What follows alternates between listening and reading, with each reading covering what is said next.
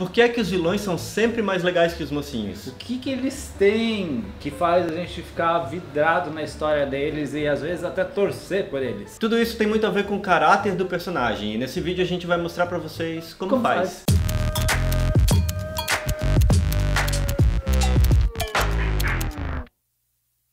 Mas afinal de contas, o que é o caráter de um personagem? Isso na verdade está definido por como o personagem vai lidar num determinado momento de tensão ou de tomada de decisão.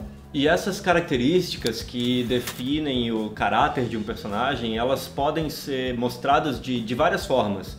Pode ser uma sombra, pode ser um defeito, pode ser um valor moral bom ou ruim. São várias características que vão definir como que o seu personagem vai se comportar numa situação onde ele precise tomar uma decisão sob pressão e ele não vai saber direito como agir. É o momento em que todas as falhas vêm à tona, né? Quando a gente está nesses momentos mais tensos das nossas vidas, quando todos os nossos valores começam a ser questionados, e os vilões eles são interessantíssimos por causa disso. Os valores deles são tão embaralhados e contrários da sociedade padrão que acaba nos chamando muito mais atenção. Por exemplo, o caso maravilhoso de vilões é da série A Casa de Papel da Netflix, que você fica torcendo pelos vilões. Exatamente. O próprio Dexter, que a gente falou no vídeo anterior, ele é um vilão, ele é um serial killer, mas a gente acaba torcendo por ele porque ele tem os valores morais bem definidos, porque ele só mata as pessoas que merecem morrer, ou que o pai dele julga que merecem morrer.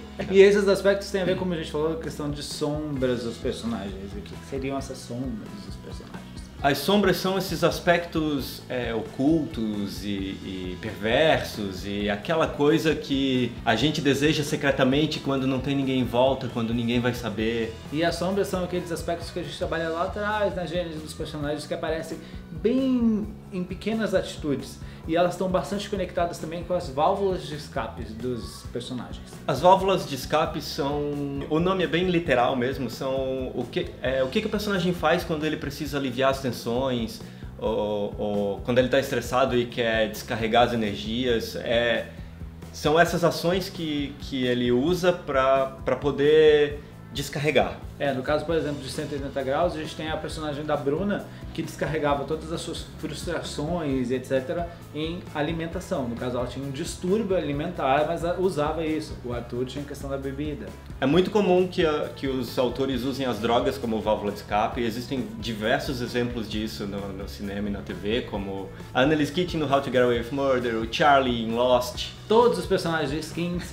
Mas as válvulas de escape não precisam necessariamente ser uma coisa ruim ou proibida ou com os valores negativos, sabe? Pode ser, por exemplo, o caso do Chandler em Friends, que ele usa sarcasmo como válvula de escape. Ele sempre que está numa situação que ele não sabe muito bem o que fazer, ele faz uma piadinha sem graça e finge que não está acontecendo nada. Ou o Barney no How I Met Your Mother, que usa também daquele senso de humor diferente dele, ou até o machismo dele, como uma válvula de escape para sair das situações e esconder um pouquinho a insegurança que ele tem em relação às pessoas.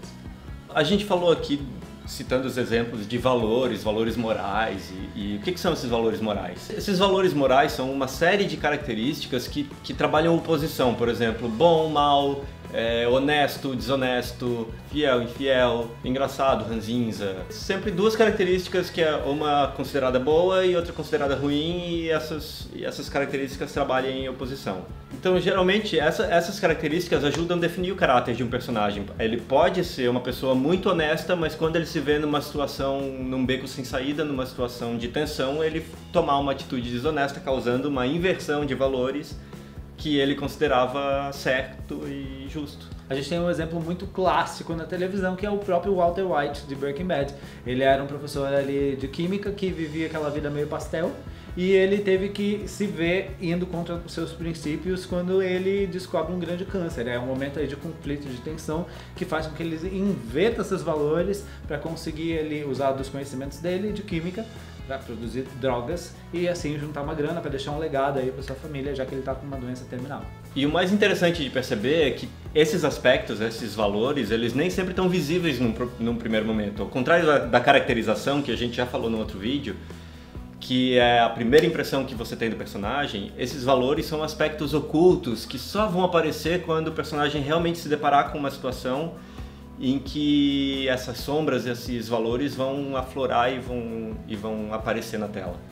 Que é o que a gente falou mais ou menos de uma situação de um grande conflito ou uma crise muito forte que precisa que isso venha à tona. No Game of Thrones, por exemplo, a gente tem o personagem do Jaime Lannister, que é um personagem bem ambíguo porque ele é um cara correto, só que as pessoas não veem ele como correto. Ele é o Kingslayer, ele é o cara que matou o rei pelas costas, mas ele fez isso justamente para salvar as pessoas de um rei louco.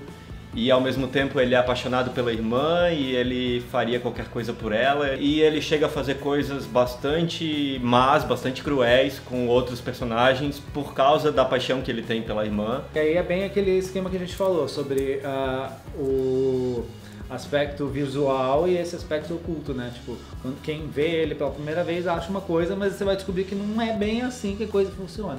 Então, novamente, mais uma vez, falando a palavrinha mágica de todos os roteiros e personagens, tridimensionalidade do personagem, ele sempre vai ter outros lados. No próximo vídeo a gente vai falar sobre diegese, que é a última parte desse primeiro bloco sobre personagens, sobre construção de personagens, que é o bloco mais superficial. E por isso não deixe de ver pra descobrir o que é esse palavrão que chama diegese. E fiquem ligados que toda terça-feira às 11 horas sai vídeos novos, a gente quer ensinar vocês a fazer personagens muito mais legais e escrever roteiros muito mais legais. Para isso, se inscreva no canal se você já não o é, e se você já o é, ligue as notificações. E não esquece também de comentar aqui embaixo o que vocês estão achando da série, se vocês estão gostando do que a gente está falando, se vocês têm coisas para contribuir, pode postar aqui embaixo também. E é isso, a gente se vê no próximo Como Faz. Valeu!